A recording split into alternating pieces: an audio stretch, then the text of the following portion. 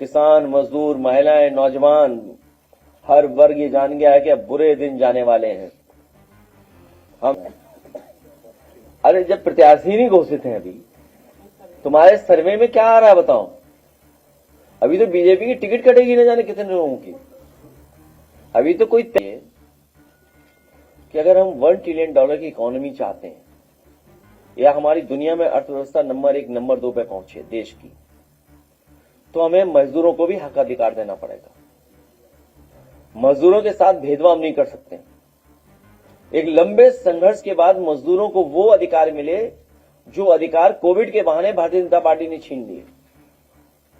और फिर अगर वेजेस की बात है, आप दिल्ली, हरियाणा जो पड़ोसी स्टेट हैं, उनके कम से कम बराबर तो वेजेस रखें आप। और जो महंगाई हुई है उसके कारण मजदूर क्या करें, वरना जीवन यापन कैसे करें? उनका किराया है, उनको खाना खाना है, घर भेजना है, कपड़े हैं, इलाज है। आप कोई सुविधा नहीं दे रहे मजदूरों को। और वेतन क्या दे रहे हैं? आप उद्योगपतियों से, कारोबारियों से मिलकर के उनका शोषण कर रहे हैं। अगर शोषण के खिलाफ और शोषण के खिलाफ कोई अगर आवाज उठाता है, उनके अन्याय कर रहे हैं आप। भारतीय जनता पार्टी अपने दिन गिन ले। किसान, मजदूर, महिलाएं, नौजवान, हर वर्ग ये जान गया है कि अब बुरे दिन जाने वाले हैं। हम सब के लिए खुशखबरी है कि बुरे दिन बहुत जल्दी जाने वाले हैं। इनके पास लोग नहीं है आने वाले, आने और जाने वालों में, रैली में अपने आप आने वाले और लाए हुए में बहुत फर्क होता है। आप लोगों पर भी वो सूची होगी व्हाट्सएप पर, हम लोग तो जारी नहीं करना चाहते हैं कि किस जगह से कितनी बसें आनी है, किनको बैठाना है। सरकारी लोग बैठे हुए हैं उसमें, तब तो इनकी भीड़ इकट्ठी हो पा रही है, सोचिए आप। हम लोग कवर करने जाते हैं वहां अभी वर्तमान में कानून पुलिस है, हम लोग का नाम उसमें बैठ के वो 5 राज्यों के विधानसभा में भारी जीत होगी और समाजवादी पार्टी बांटना चाहती है। समाजवादी पार्टी हमेशा जोड़ने का काम करती है।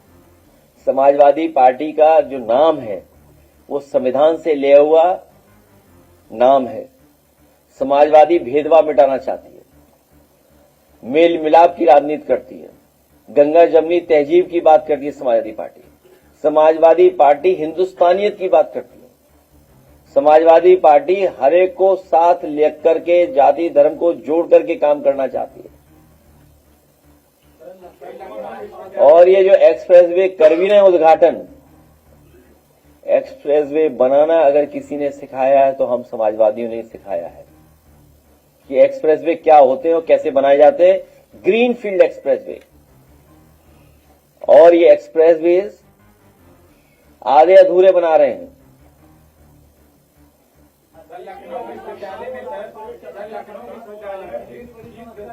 बंगाल में आदरणीय दीदी ऐतिहासिक वोटों से जीतने जा रही हैं।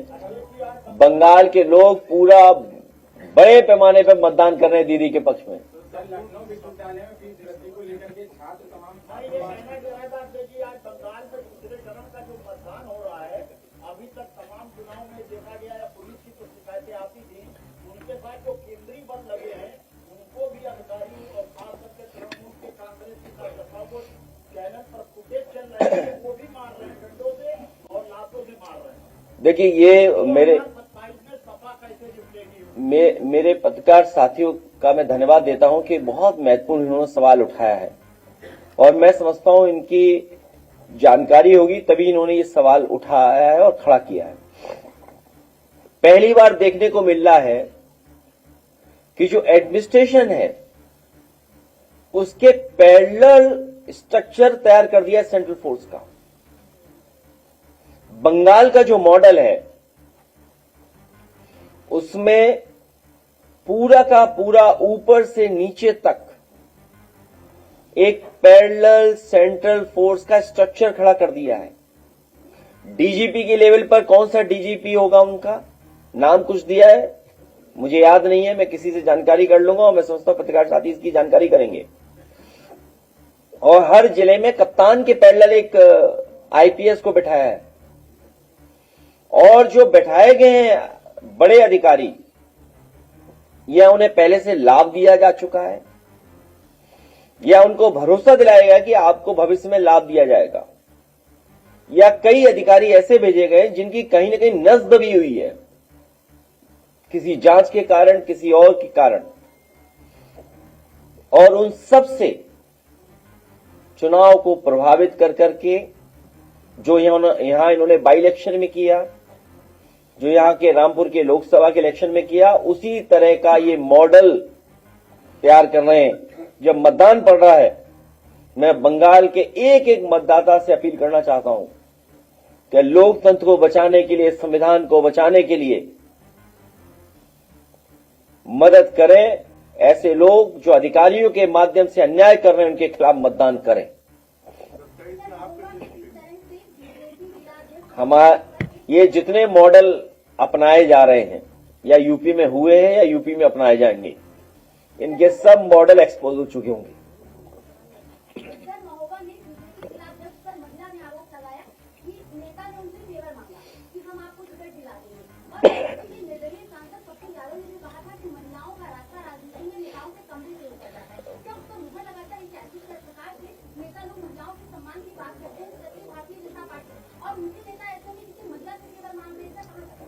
मैं अपनी महिला सदस्यों से कहूंगा कि विधानसभा में ये तमाम सवाल जो हमारी बहन ने पूछे हैं, मुख्यमंत्री और सरकार से पूछें।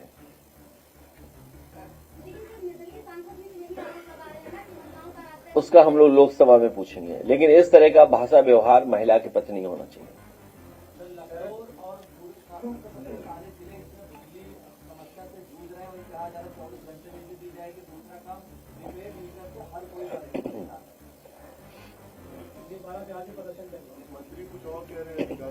ये जितने लोग बैठे हैं वो जानते होंगे कि बिजली बनाने का एक भी कारखाना इन्होंने नहीं लगाया, और लगाया हो तो इनसे पूछ के बताइए। इनके जो घनिष्ठ मित्र हैं, पत्रकार मित्र, वो भी हमें बताएं कि कोई बिजली कारखाना लगा के नहीं लगा।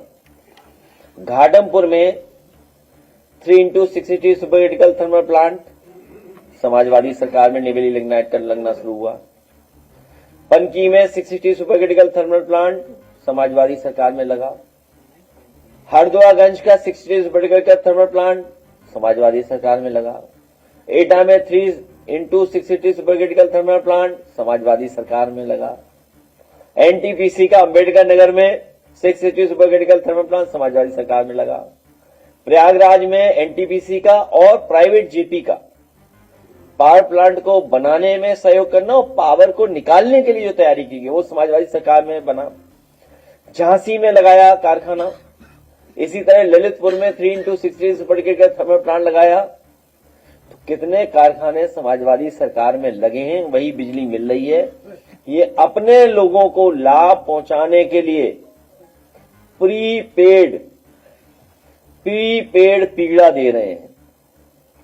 ये पीड़ा दे रहे हैं प्रीपेड मीटर से, इनके अपने लोगों को लाभ पहुंचाने के लिए। और देखिएगा आप, जनता के गुस्सा के डर से, वोट के डर से, चुनाव के डर से ये स्मार्ट मीटर वापस ले लेंगे। सर, लखनऊ विश्वविद्यालय में फीस वृद्धि लगातार जो है हो रही है, यूजी की सर डबल कर दी गई है। ये जनजी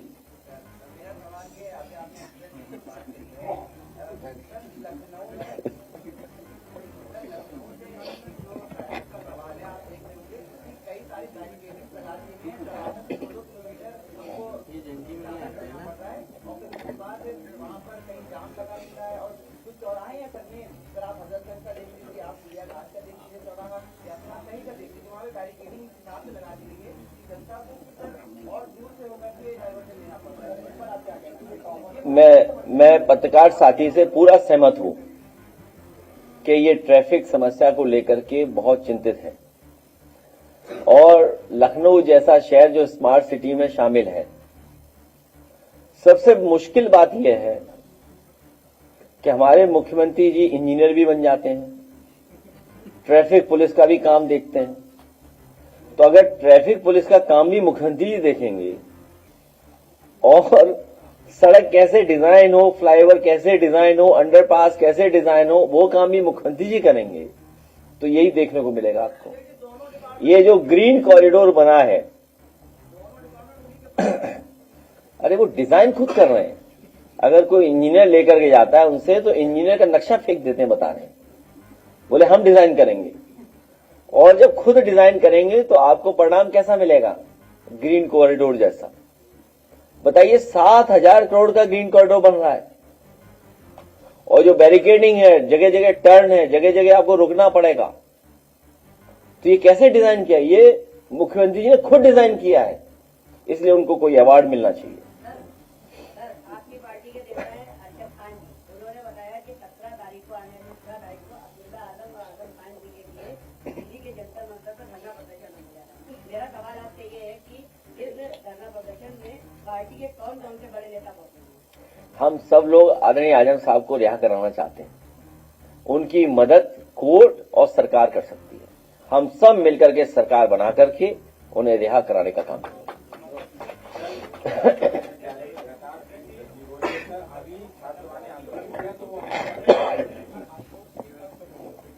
ये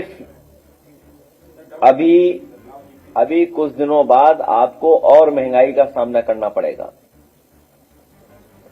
आज मैं अखबार में पढ़ रहा था, या किसी ने मुझे जानकारी भी दी है, कि सरसों का तेल, रिफाइंड तेल कहां पहुंच गया, बताइए कीमत उसकी। चुनाव खत्म होते ही आज की रात, कल के बाद सरकार हिसाब किताब लगाने लगेगी किस किस चीज को महंगा करना है। महंगाई बढ़ने जा रही है, और महंगाई तभी कम होगी जब बुरे दिन जाएंगे। फ्री पढ़ाई तभी होगी जब बुरे दिन जाएंगे। सर, अमेठी के एक पत्रकार है त्रिपुरारी पांडे,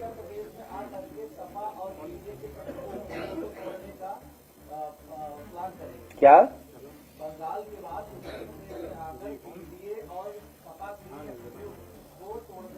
किसने बताया? किसने बताया चक्रू तोड़ लेंगे? ऐसा है ये ऐसा है, हालांकि वो भी थोड़ा शब्द गलत है, लेकिन हिंदी का शब्द चंडू खाने की कप। भाई, मेरा आप लोगों से निवेदन है कि हमने कोई पैसा नहीं दिया सर्वे कराने के लिए। ये अखबार वाले बीजेपी से मिलकर सर्वे कर रहे हैं। अरे, जब प्रत्याशी नहीं घोषित हैं, अभी तुम्हारे सर्वे में क्या आ रहा है बताओ? अभी तो बीजेपी की टिकट कटेगी न जाने कितने लोगों की। अभी तो कोई तय नहीं है प्रत्याशी। बिना प्रत्याशी के क्या सर्वे है बताओ?